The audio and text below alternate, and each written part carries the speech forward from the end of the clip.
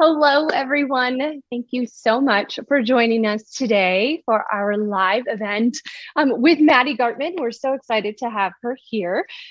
I am Rachael Teufel. I'm the owner of Intricate Icing's Cake Design, as well as the creative mind behind what you see on Creative Cake Design. So I'm super excited to have Maddie join us today. We are talking all about how to get started with a business. And there is a download available for you today. It's 10 steps to be able to know what you need to do if you're interested in getting started. So without further ado, I would love to introduce Maddie Gartmann of Gardy's Goodies.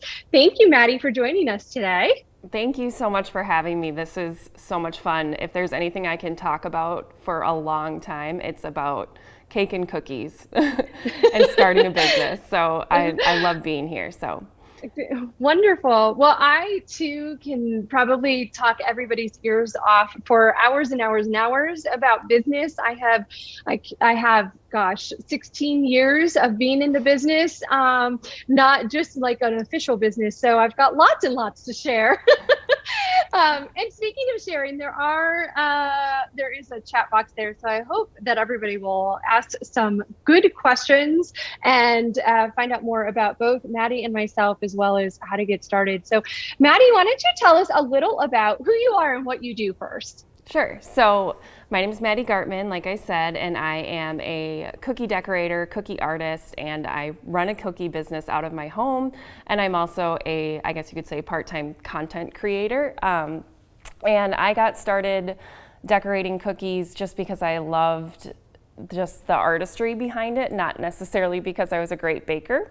And that just kind of grew into a business. So, and then I get to come here and teach a little bit about what I know every once in a while and film videos for creative cake design. So yeah, lots of different roles. And we are so lucky to have you. I love it. Yeah, we adore Maddie. If you guys have not checked out any of her classes on creative cake design, I highly encourage you to do so. She makes it look so easy and it is so fun. She does such a phenomenal job. So I do encourage you to check out her cookie classes on creative cake design, but also check out all of her social media. You say part-time content creator, but I know personally, I absolutely adore watching all of your TikToks, and your Instagram stories are just amazing. It truly brings us into your life, not just into the world of cookies, but truly into the world of your life as well, which is so fun. I love having that personal connection. So, thank you. Yeah, of course. So how long have you been doing this, Maddie? So I have been decorating cookies for fun since about 2015. And the first set of cookies that I decorated, they were just atrocious. And I was like, I'm never doing this again. These are a pain in the butt. Because they are. Royal icing cookies take a lot of time to master. And so I just said, I'm never doing this again. But then, a month later, so there's my first set, which looks semi-impressive, but there was about 24 other cookies that did not make the photo cut. So those were the three that made the photo cut. And I literally said, you can see on my Instagram, the caption was, these were a royal pain. I'm never doing this again. But there is something about wanting to master it and wanting to figure it out and just falling in love with, just like I said, the artistry, the creativity behind it, that, a month later I came back and gave it another go. And every time it got better and better. And you learn so much from every single time. And then it wasn't, as soon as you start posting on social media, you have customers, essentially, and especially at my age. When I started, I was in my late 20s. So people are getting married, having baby showers, having kids, birthday parties. They're at the right age for decorated cookies. So I immediately had customers just, here, take my money, make me some cookies. And so I fell into a business, and there's so much I wish I would have done differently, but you have to learn, and I never set out to be a cookie business. I never was an entrepreneur type mindset. I was a full-time high school English teacher, and then the business came as part of a hobby that grew into it. So Yeah. Yeah, and I think particularly this industry, and I say this industry as like the sugar world, right? That encompasses cakes, cookies, pastries, anything truly that has to do with like baking. And I have a similar story. I did not set out to be a business owner. I did not set out to be a cake designer. I actually am a physical therapist by training and found myself stressed at the end of a work day, dealing with people who were in pain and trying to help them. And I'm a bit of an empath. I take on all of their emotions and their pain. And so my release at the end of the day was baking. So when I first got into the industry back in 2001, my goodness, it's been a long time.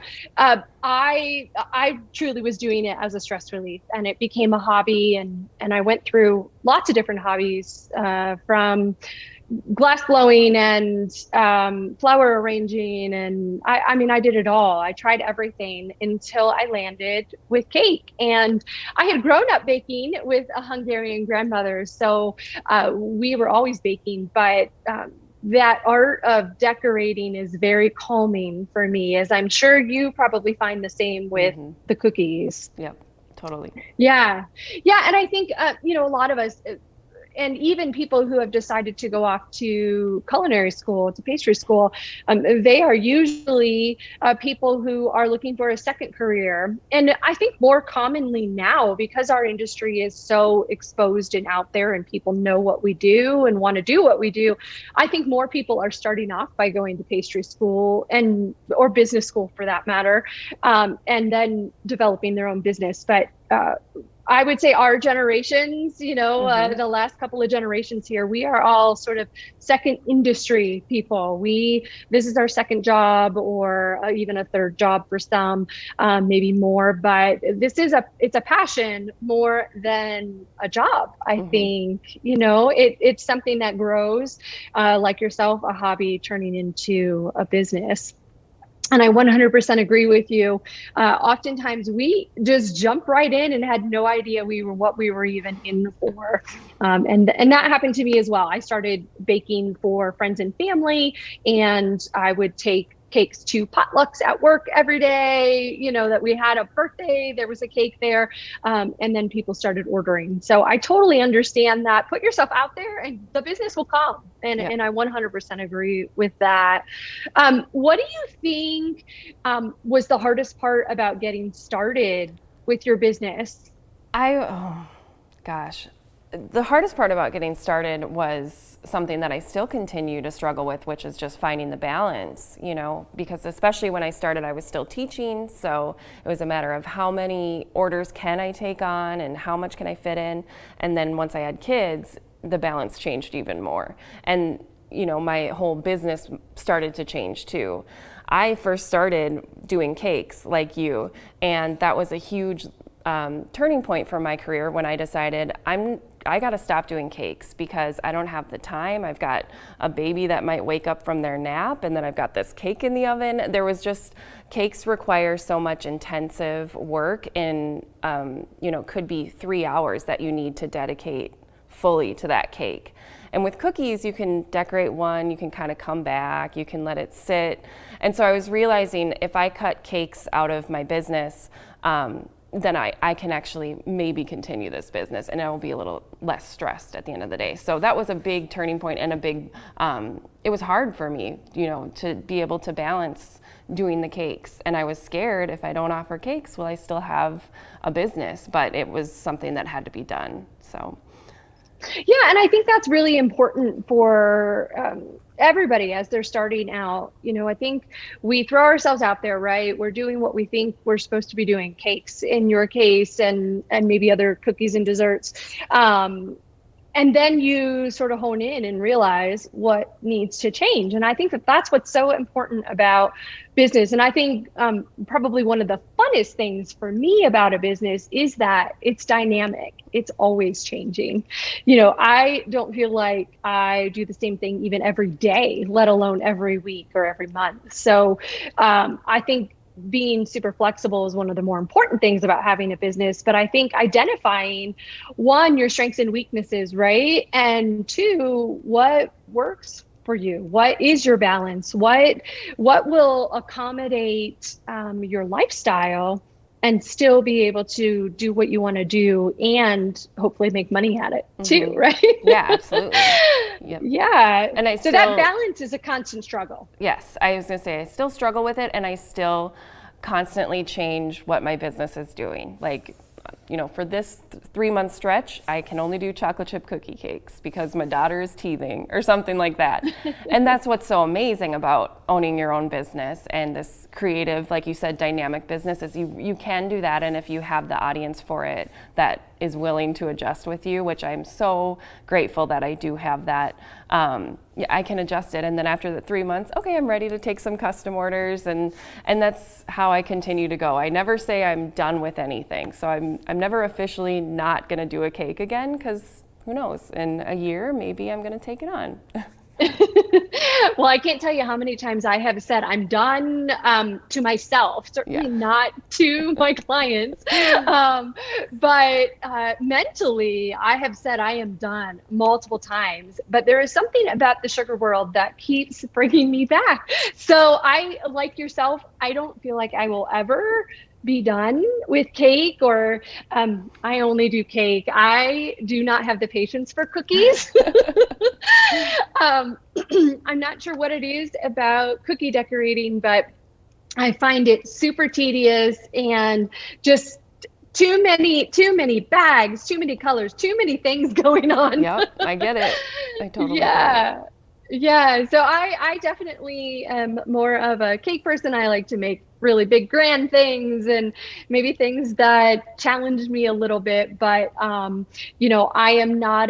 don't like making cupcakes because I don't like that repetitive nature of doing the same thing over and over. So again, I think that's, molding and shaping our businesses to be what we want them to be. And I think so often people are scared to do that. Like you said, you were scared to get rid of the cakes because you thought you might lose business. And bottom line is, we have to do whatever is best for us, our families, our business, our balance. And everybody else has to just accommodate that. And I think the pandemic in particular made that feasible for a lot of people. And a lot of us realized that there's only so much we can do. There's only so much we can offer. And it's whatever we want our business to be. And we don't have to follow a mold or an outline or any particular strategy to make our business work. It really is about making it work for us. Absolutely. Absolutely. Yeah.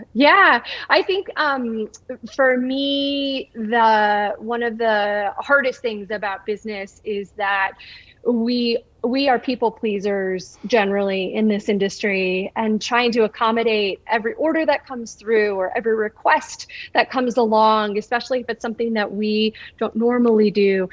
Hard saying no is probably the hardest part. I'm sure that most people would agree with that as well, but gosh, that has been a real challenge. So absolutely. It really resonated with me when you said you're an empath and you take on the feelings. I mean, I was a teacher before this, and I think a lot of people who get into this business have a similar personality type. So it's interesting because we're not typically, and not speaking for everyone, we don't have that real cut and dry logical way of thinking. We have that people pleasing, empathetic, their order fell through for this other business, so I should take their cake order even though I've got 12 hours left in the day, and it's really hard, and you just get better and better. You have that breaking point where you said yes and you were in tears. There were tears dripping into the frosting basically as you're finishing this cake. And I think everyone will have that breaking point where they realize what their boundary is, and it gets easier and easier to say no, and your clients respect you more and more. The more that your boundaries are clear and unapologetic and professional, the better clientele you're going to have too. You kind of I have to train them. 100% agree. Yeah. You got it. You got it. And I think, I've taken a handful of little seminars and things like that. And one of the things that stuck with me most was exactly what you said. Like, your clients will respect you if you respect your own time. And a great example of that is not responding to somebody's email at midnight. Because if you respond to somebody's email at midnight, then they're going to expect you to respond to their emails every hour of every day.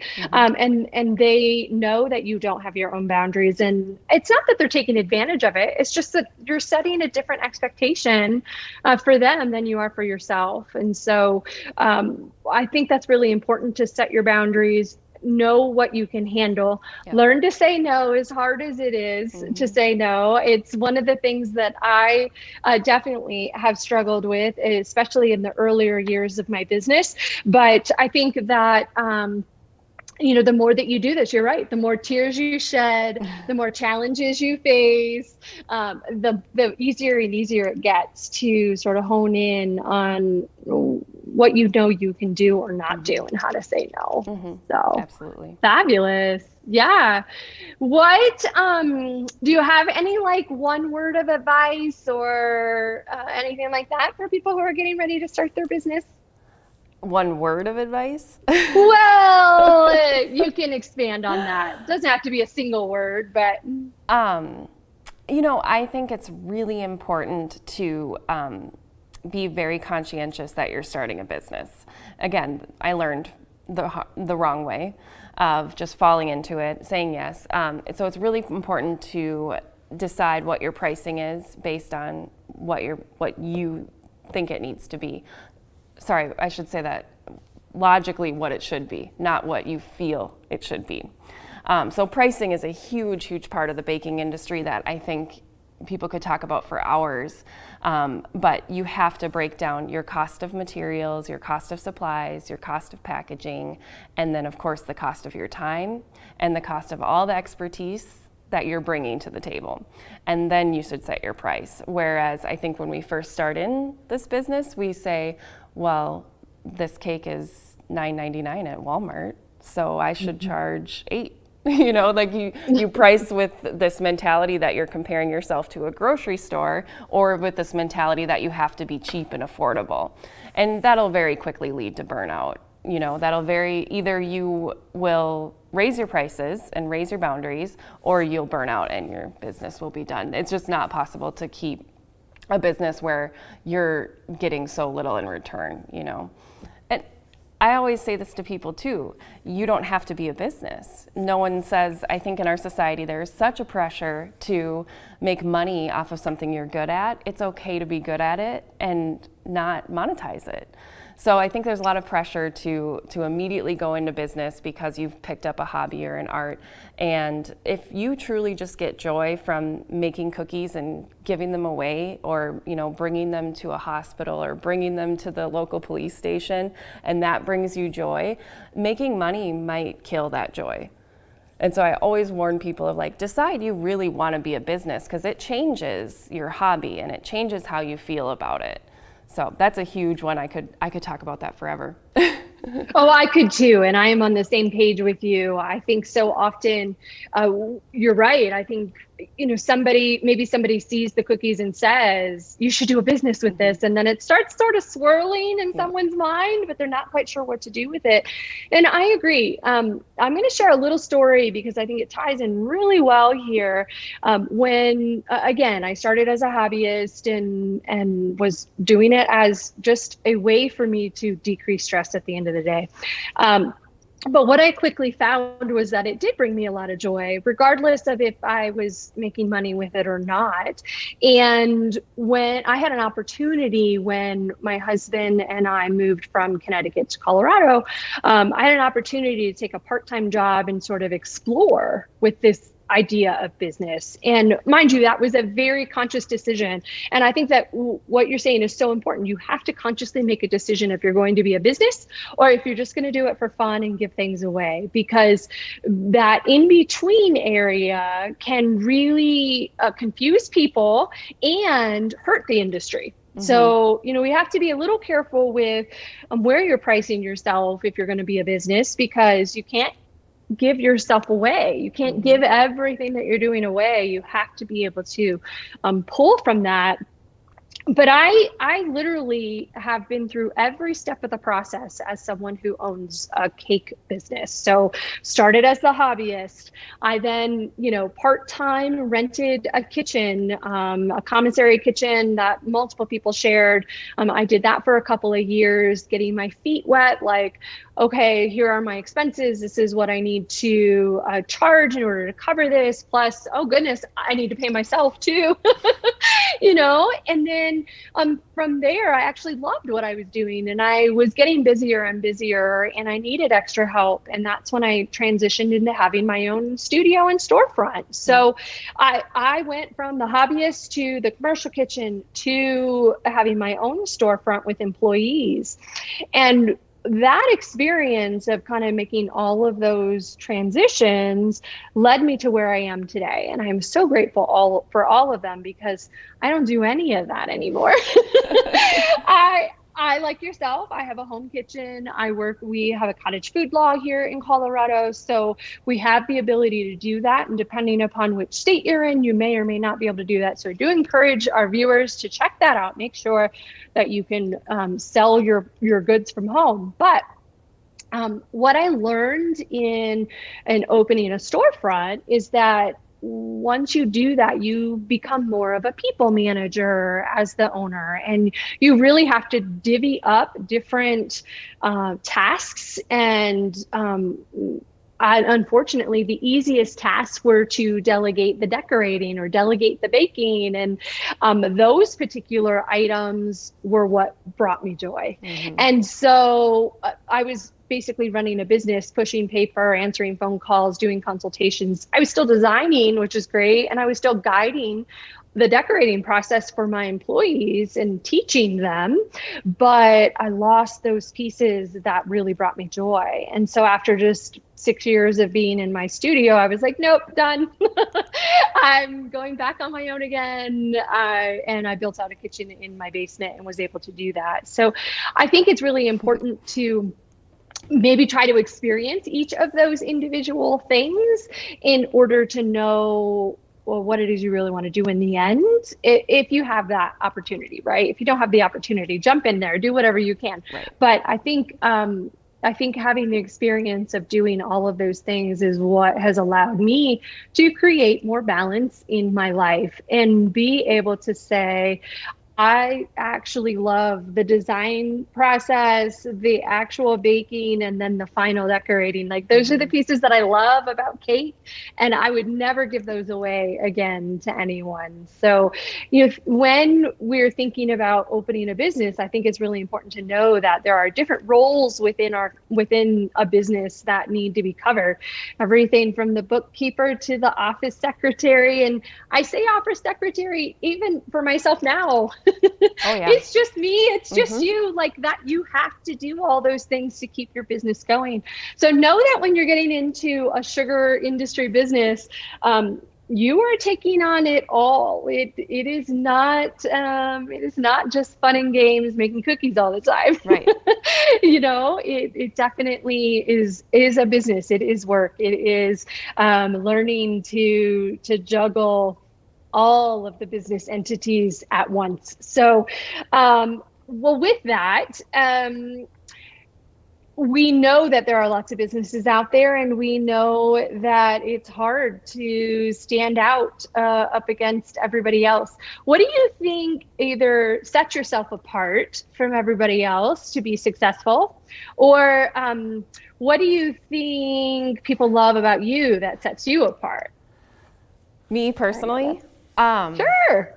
Well, I think I set apart initially because I was in like the early phase of cookie decorators, which it really wasn't that long ago, 2015, which is nothing compared, to all the cake decorators who have been around forever.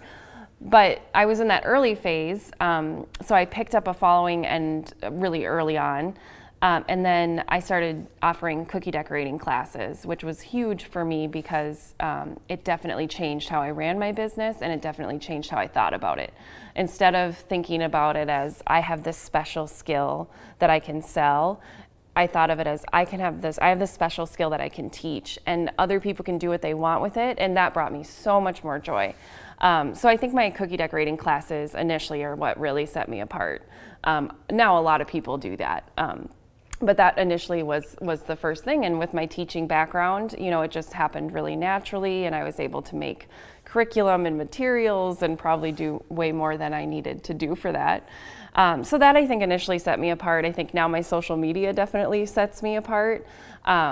Just because my TikTok, I jumped on the TikTok bandwagon at the right time, and because I probably talk too much, my cookie decorating is always coupled with me talking. And I think that was weirdly groundbreaking. That's probably too intense of a word to use, but it was different because people were showing their cookie decorating process, but then it was just pretty music, which is lovely to watch. I could watch those all day. And then I was showing it and talking about, a funny story from my past or talking about my process. And so I think people started, like you said, they started to get to know me and they started to feel a connection to me. So now there's hundreds of cookie decorators just in the state of Minnesota alone. I mean, a new one pops up every day. I don't have to advertise my business anymore because people still come to me because they feel a connection to me.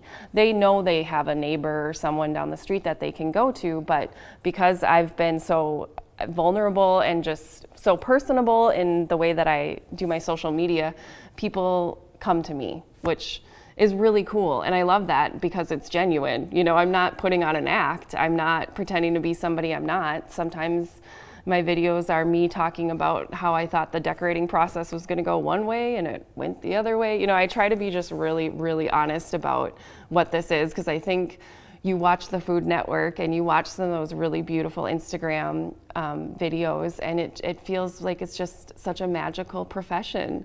But it's just people decorating cookies, and stuff happens and they go wrong, and so I just try to be really vulnerable and really personable in the way that I portray myself, and in that I've made some amazing connections because of that. So that's what I think sets me apart. I 100% love all of that. And I agree, Maddie. I think that's what is very appealing about you and your business and your social media. You are just a sweetheart. You literally put yourself out there. You talk about your children. I love it. It's very, very real and very genuine. And, thank you for sharing that with all of us, because I think that is really an important piece of business, is being you and being who you are, not trying to be somebody else and not trying to emulate what somebody else is doing in order to gain their success. It doesn't really work that way. I think that it's so important to be yourself and be genuine. And I think that I don't think groundbreaking is too far of a stretch for you at all. I think it's perfect, actually. I love that. I love that you were able to do something a little unique and a little different, and draw in that crowd and find your people. For sure. I say that a lot. Find your people. It's so true. It's so true. And because I see so many women entering, or so many people, it's usually women entering the cookie decorating business, I see them with this pressure to be a certain way, to have their photos look a certain way, to have their social media look a certain way, to have what they offer be a certain thing. And I just really encourage people to just do what feels right for you. Do what makes sense for your business. If you want to share your personality on your Instagram stories, do it. If you don't, that's fine. Do what feels right for you and what's the most genuine, because people are going to respond to that. You'll find your people, like you said. You'll find your audience. It might not be the same audience as mine. It might be an audience that hates the sound of my voice, and they want to go to this person. And I just want people who are entering this business to do it, to bring themselves to it. Because we can all emulate the same set of cookies, but what's going to make your set the one that they want to buy? Is it, what are you going to bring to the table that makes it different? Because everybody's got themselves. Absolutely. And I think that knowing that we all, I wouldn't say we all have competitors. Of course, in the real business world, we all have competitors, but I think it's really important to not look at each other as competitors, especially when you're in the same town. That's real hard, but I think that it's really important to look at all of us as a group, right? Lift each other, support each other, make things happen for each other. And I think that's where the connections come into play so well, especially with social media, is we learn more about lives and what's actually happening in somebody's lives than we do about cookies or cakes sometimes. And I think that that's the part that people want. That's what people want. They want someone that they feel comfortable with, that they can relate to, that they can go in and happen to order a cupcake or cookies or whatever.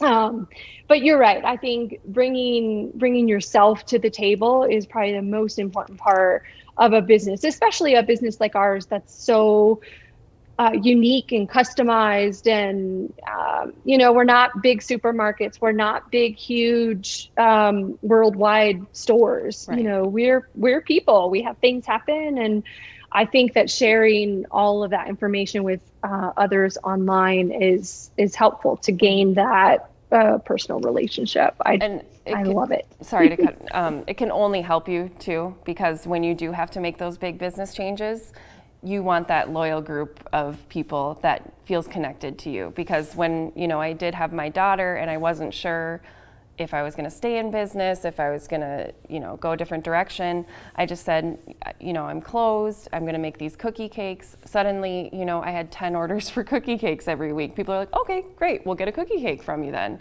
And so it's just, if you build that connection and that trust, then you can do what you need to do for yourself, for your business.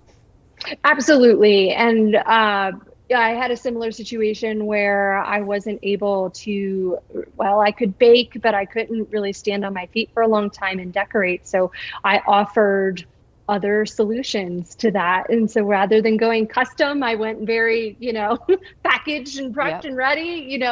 You have to make those changes. And I think that goes for pricing changes too. I know pricing came up a little bit earlier, but I think it's important to know that, especially in the climate that we're in right now, with lots more overhead than a lot of people were expecting, with supply chain issues and all that good stuff. Your loyal followers and those who have ordered with you for years know the quality that you have, know your story, know what's going on, and they absolutely are going to understand and send any sort of price increase that you have going on as well. So I think a lot of people, that was probably one of the scarier parts of business for me, was raising prices. Not so much pricing itself, but like raising prices over time. It has to happen. FYI, everybody raise your prices when you need to. Reevaluate every 6 months to a year, truly, because the cost of goods are definitely going up around the world. So everybody knows that this is coming. This is this is not new, but I think it's really important for people to understand that you have to make those changes in your business in order to be successful and to stay in business, if that's what you choose to do. So I also really stress too, for people getting into this business, that what we make is a luxury item. It's not something that everyone needs, because my mom made my cakes from every single birthday. People know how to make a cake. What you and I do is something that has expertise behind it, that has, just years of perfecting this craft. It's a luxury item. And so I'm not saying you need to wildly have an increase in your prices, but you need to price it accordingly and not feel bad about that, because there are some amazing bakeries with cheaper options that people can go to. I mean, I think I would choose a pack of crumble cookies for my own birthday, and that's cheaper than my cookies, and they're amazing. So it's okay to be a luxury item. And I know that's something that I often I first felt really uncomfortable with, because I'm a very frugal person. I like to save a buck wherever I can. That's half the reason why I learned how to do this, was so I could make cakes for my kids and my friends. And so that was a really hard thing for me to come to terms with, but now it's something I make sure other people in the business know. It's okay to be a luxury item, because you're bringing luxury to people's lives, and people want that, and they know that. Absolutely. And that is one of the things that I share with a lot of the others that I mentor from a business perspective is, this is not an item that anybody needs. Right. So, price accordingly, and present your product that way too. Stand by your product, yes. Stand by what you're offering. And it is years of experience. It is honing in on a certain skill set. It is perfecting that skill set until you just learn it all, yeah. And then learn more, because yeah. that process never stops. And but yeah, I 100% agree. You have to understand your product and know what you're doing and offer it appropriately. Yes. I am absolutely a luxury item as well. And I learned very quickly how to tell people that this is a luxury item, and this is something that you're not just paying for a cake or a cookie. You are paying for me. You are paying for my skill. You are paying for my education, my knowledge, my expertise, my designs, my creativity. You're paying for all those things. So you're not actually buying just a baked good. You're buying a piece of art that you happen to also eat. Right. Right. And we all have our limitations on what we would spend on those things. And that becomes a personal choice on how much somebody might pay another to make something for them. And that's okay. That's okay. There are lots of people out there with lots of different skill sets. Find the one that works for you. So I know that you have gone viral, but I would love for you to share your I don't even know how to say. Tell us about your viral moment. My experiences. Well, so I got on TikTok when I was on maternity leave after having my daughter, because God forbid I just be on maternity leave. I've got to be doing something else, but that's just how I am. I need to have a creative outlet at all times. And, making cookies wasn't feasible. So I had all these videos that I'd recorded that were in my phone. And I thought, well, I'll see if I can grow a TikTok account, and that'll be kind of fun. And I'll just make a goal of posting once a day until I get 10,000 followers. And maybe by the end of the year, I'll get it. And then there was no motivation behind it other than that. It was purely just to keep myself busy, something to think about outside of my kids. And so within, I want to say 2 weeks of posting every day, I had my first viral video. And then it just kind of spiraled after that. So I went from, 25 followers to 100,000 within a month. So my first really viral video happened, I believe it was in February or March of last year, with me showing how you can make the most out of your dough, where if you've only got a little bit left and you need to get one more cookie, which cookiers will know this happens all the time, and it probably happens with cupcake makers too. But if you need to get that last cookie out to complete your dozen, how to do it. So I showed this video, and honestly, I made this video I think I made it in 30 seconds that day and threw it up on TikTok, and kind of just was like, well, I forgot about it. And I wake up the next morning and it's gone not only viral here, but other languages commenting on it, and everything from how did people not know this to, oh my gosh, this is mind blowing.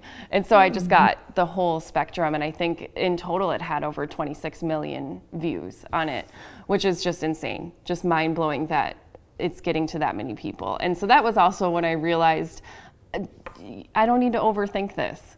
Throw whatever you've got in your phone or whatever you're doing, and something might stick, because it was the simplicity of it and the genuine, just here's how you do this cool thing that fixes a problem that lots of people have, or maybe people don't understand how it's a problem because they would just eat the cookie dough, which was a big comment that I got. And I'm like, you guys, this is for cookie decorators, people who need the last cookie, but I get why people said it. And so, yeah, so that went viral. And then from that, I had a lot of really cool opportunities open up from there.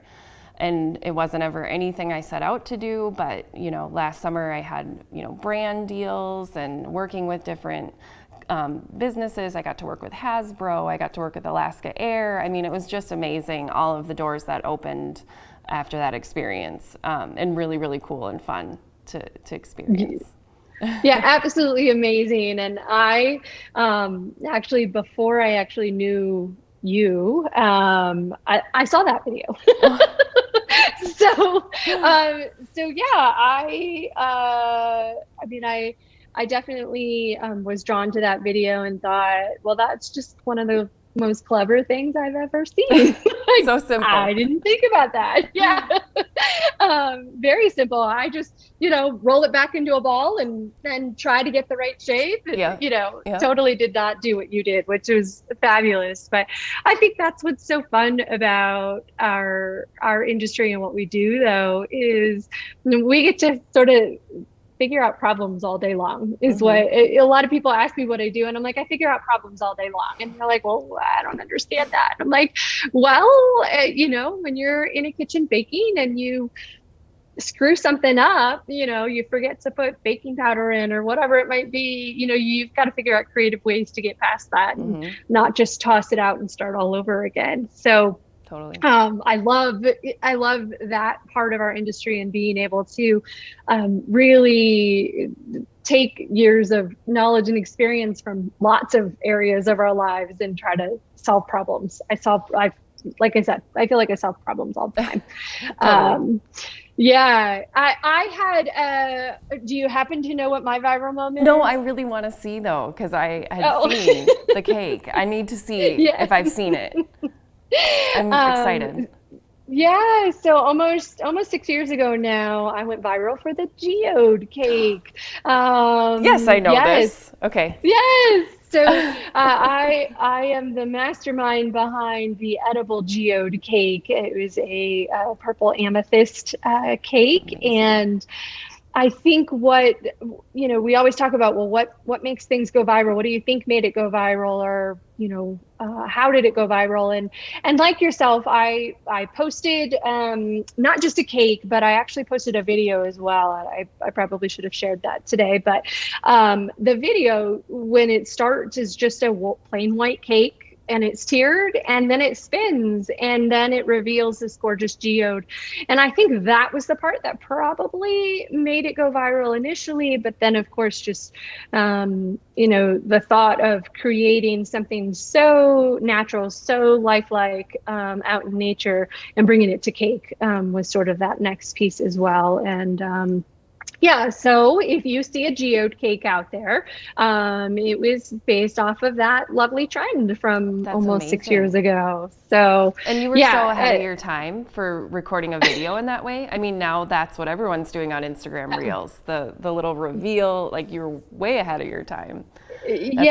And it was one of those things literally last minute before I was ready to go deliver the cake. I was like, well, this is just really cool. I've got to figure out how to capture it all, because I was taking pictures and I'm just like, well, I want to see it from all the sides, because it just, it's got so much dimension. Yeah. It was literally carved out. It had so much catching the light too, depth to it. The gold and the yes. rocks. Yeah. Amazing. Yep. So that was the start of my my viral craziness. So and I call it craziness. You not only went viral, but you created an entire cake trend that still, I see geode cakes still being done. Yes. It's 6 mind blowing to me. That's so cool.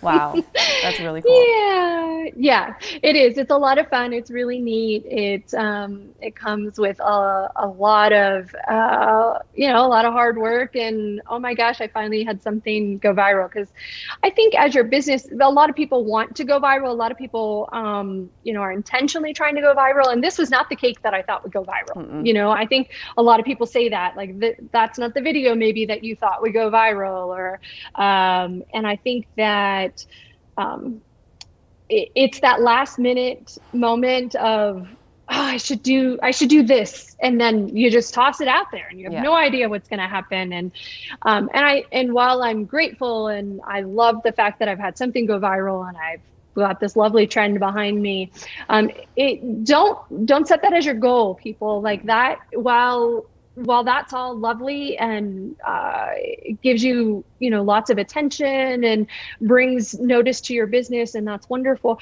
but it comes with a lot of negativity too, so you got to be ready for that. I don't want to be a Debbie Downer by any means, but it can be overwhelming, the sheer number of comments that come through, the email inquiries that come through.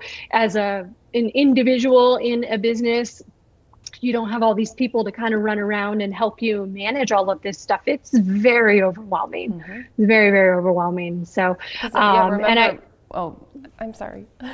No, go for it. If you've gone viral, that means you've reached an audience that isn't your actual audience. It's not the audience that you're aiming for. That's your typical audience. It means you've gone beyond that, which means you've gotten to people who don't understand cakes, who don't understand the business, who don't understand cookies, don't understand the time it took or the skill level or whatever it may be. And so I always say, like, you do not want your goal to go viral. No. Like you said, it's really, like you said, really cool, really fun. And then it takes this whole turn where you have to filter out, okay, this is just somebody who made a comment and is going on with their life. They're not even thinking about this. And you really just want to continue to focus on who your target audience is, not that broad audience, because they're not going to buy from you. Absolutely. That is not what's going to make or break your business. Going viral is not that. If anything, it creates more work for you that isn't going to be profitable. Like you said, it's not your target audience. It's not going to bring in the orders, that sort of thing. There are other ways to really build your business up and be proficient at what you do and offer a great product, and the people will come, I promise. Awesome. Well, what do you think? I love asking these questions because I feel like I'm in like that interview where I'm, trying to get my first job landed. But these are always fun because we get to learn so much about each other and others. Tell me what your biggest accomplishment is thus far. Oh my gosh, I should have been more prepared for this. Uh-oh. It's so hard to say. I mean, my biggest accomplishment is being able to leave my job as a teacher and stay at home with my kids and successfully run a business that allowed me to still have some financial freedom. Honestly, that's what it was at the end of the day. I could say, 800,000 followers on TikTok or, some big cookie order that I got, but at the end of the day, that's, to me, the biggest accomplishment. And then showing to myself, like, I can run a business. I can do this. I can do something other than be a teacher, and I can be really successful at it and confidently, and still get to be with my kids. And honestly, that's my biggest accomplishment, as cheesy as that sounds. So it's not cheesy at all. It's a goal that I hope every entrepreneur or aspiring business owner keeps in mind, because I think that every little advancement in our process of being a business or becoming a successful business should be considered an accomplishment, right? Like, it should be considered something that we're proud of and allows us to keep pushing. And I think that is it leads me to kind of like this goal situation, because One of the things in a business that I really find important is setting out a goal. And so sometimes these are big accomplishments that you're trying to reach. Sometimes they're tiny little goals, like just clearing your inbox of 40 proposals or whatever it is that you need, right? Small goals. But I think it's so important to set goals throughout your business, whether it's in the very beginning where you're just trying to get yourself up and running and have the right paperwork and the right licensing and all of that good stuff, or once you're an established business, what your goals sort of change, right? Like, initially, when I was in the business, my goal was just to be able to pay all my bills at the end of the year when I had my storefront for the first year. I wasn't looking to necessarily make money. Like, obviously, it's a business, you need to make money, but my goal was literally just to not be in debt by the end of my first year. It costs a lot of money to get a business up and running, especially a physical storefront with equipment and all of that. But your goals start to change year after year after you've been in business. And I think it's really important for all of our viewers who are looking to be in business, set your goals, make sure that you have something to work towards, because otherwise you're just going to become stagnant and not be pushing yourself or pushing your business to be the best that it can be. So one of my goals was to be on Food Network Challenge, which I was very, very fortunate to have accomplished 3 times, which was really exciting. But then after that, I actually set a new goal of being a judge on a cake show. And that finally came true. Yay, last year. I would say that's probably, in the moment, that's my biggest accomplishment, is being a judge on Hulu's Baker's Dozen show, and being able to, and that was due to the geode going viral, pulled me into that lovely Baker's Dozen scene, which was so fun to, in the middle of the pandemic, spend time in a California hotel, and then just be by myself completely for 3 days and test negative before I could get on set. But that was that was super fun. But yeah, I think it's really important to keep setting goals, right? The more goals you can have, the better.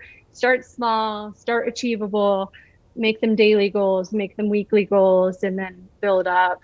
What do you have coming up in the future for you? What are some of your future goals, Maddie? Oh, my goal is just to continue to find that balance as far as running a business and a family. This is going to sound so small of a goal, but I think it's important that I share it because I've gone viral and I've got a big following. My goal is to be more in my community, to be honest, because I can count on one hand the amount of people who live in my city who order from me. And that kind of makes me sad, because this is where I live. This is, the community that my kids are in and growing up in. And so my goal is just to be more of a face in my community. So I don't know how I'm going to do that yet, if I'm going to sign up for my first,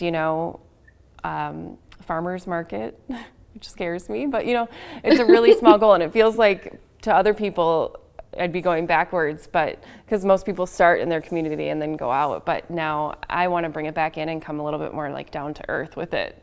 So yeah, I think that's amazing. I'm curious to see how that journey goes. Yes. I myself found very quickly that we have to spread ourselves out a lot with what we do to find the number of people we need in order to support our business. And so I think for me, the things that I do in my community, I don't necessarily make cakes for clients within my community, but what I love more than anything is being able to share my skill and my talent within the community so others can grow. So whether that is mentoring a small business locally, or donating a cake for prom, or whatever I can do at the local level, I find it works a little better but that way, which is and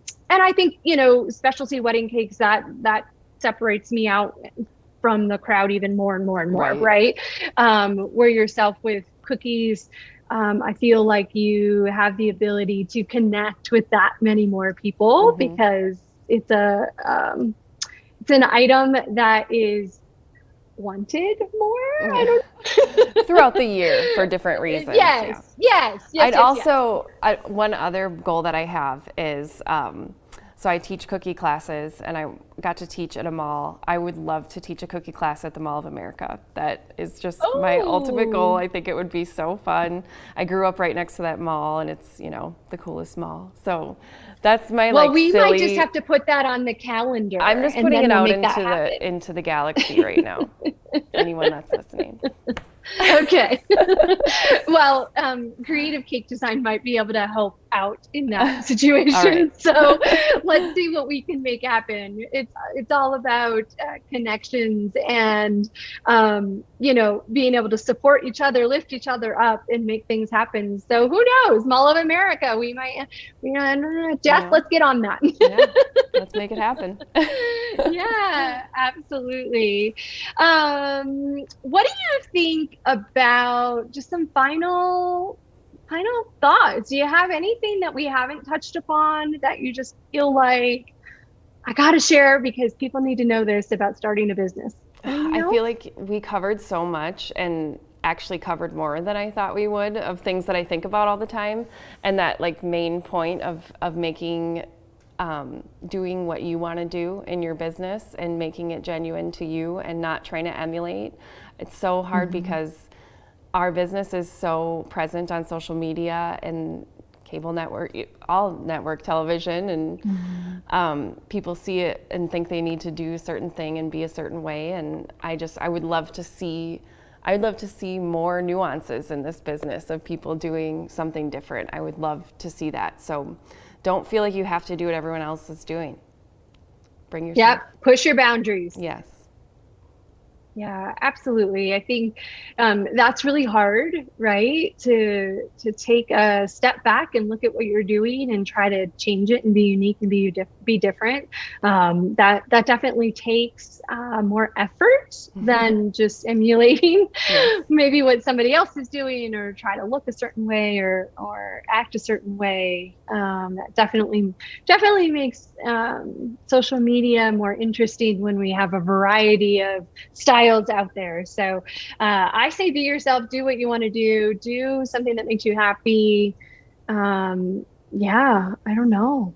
I can't believe we haven't received a whole lot of questions. Maybe I should call out on people. Margaret, give me a question. Isha, give me a question.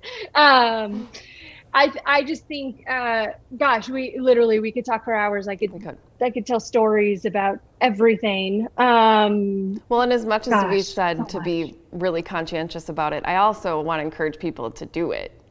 If you're scared, just do it. If you're scared, if you've got this great talent, if you're an amazing pie baker and everyone talks about your pies and you want to make some money off of it, just do it. Jump in. There are tons of resources out there. The PDF that you made of all the business tips that you have. I mean, there's so many resources that you can do it, and it's pretty cool. And you're going to make a lot of mistakes. You're going to do a lot of things that you regret. That's part of it, like anything. Absolutely. I have lost count of how many mistakes I've made, but I tell you, for every mistake that we make, we learn something new, which helps us grow in different ways in our business and really helps build up our communities as well, not just your business. But there is, speaking of the PDF, absolutely download the PDF. I know the link is in the chat. I want to tell you about two other ways to find some more information, though. The first one is there is a baking business class by Michelle Green over on the Craftsy website called How to Start Your Business. And it is more specifically directed towards cake, but I think that anybody within the sugar industry would really benefit from this particular class. I think that it touches upon a lot of the things that we've touched upon, but obviously in more depth. It's going to give you a little bit more information about what you actually need to be doing, what kinds of paperwork you need to file, all that like real businessy stuff. And then if you are looking for a separate class that is more about like the daily crazy stuff that happens within a business from a cake perspective, I have a class called Cake Logistics from Start to Finish. And that particular class talks you through more like how to store your ingredients appropriately. How long does buttercream and royal icing last? How do you store royal icing? How do you store eggs and butter? And, goodness, we know the price of butter has just gone through the roof lately. And one of the tips I share in that class is buy it when it's on sale, throw it in the freezer if you need to for a couple of months, and pull it out when you need it because, the prices are skyrocketing. So there's lots of little tips and tricks like that in there to kind of help people balance that piece of, well, I'm a baker. I kind of know what I'm doing, but I'm not quite sure. What are the easy ways to get through this? Like, this is a class that I wish I had when I was first starting a business and knew how to store product for a long time and how to take advantage of the sales and all that good stuff. Mm-hmm. This is more like a common sense, like these are all the things I learned along the way. So I'd encourage everybody to check out both of those classes. And of course, the 10 steps are super, super helpful just to get you started down the right path. And as always, we encourage you to find us on TikTok and Instagram and Facebook.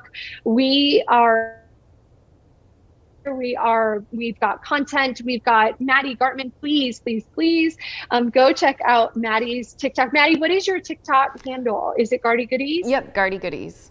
Garty Excellent. Goodies. Awesome.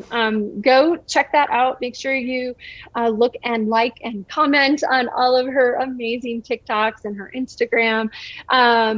One last question. I think I know the answer, but names always have a really special story behind them. Do you have a special story behind Garty Goodies? Nothing incredibly special except for just honoring my last name. And I was Maddie Cakes before, and I wanted to get away from cakes, and Goodies kept it vague so that I could change up what I made. Because for a little while, I think I made lollipops too. So yeah. Have you done other things? So you've done cakes, cookies, lollipops. I've done what lollipops, other things do you candy making, everything. A cereal hobbyist. Done it all. Yeah. I'm with you on that one. My exploration tends to go outside of the cake world.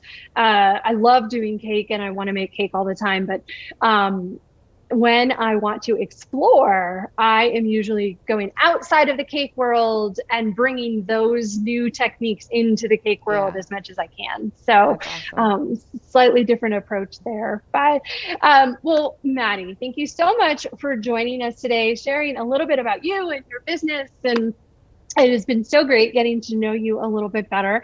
I know that you actually have another live coming up just shortly, maybe another half hour, I think. Yes.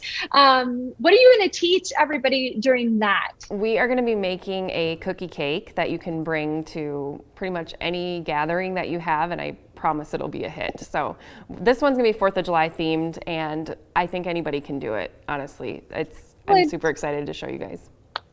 Yay! Can't wait. So make sure you tune in. It's about 30 minutes away or so. Tune in and catch Maddie teaching us all about making a fun cookie cake. And again, thank you so much for joining us.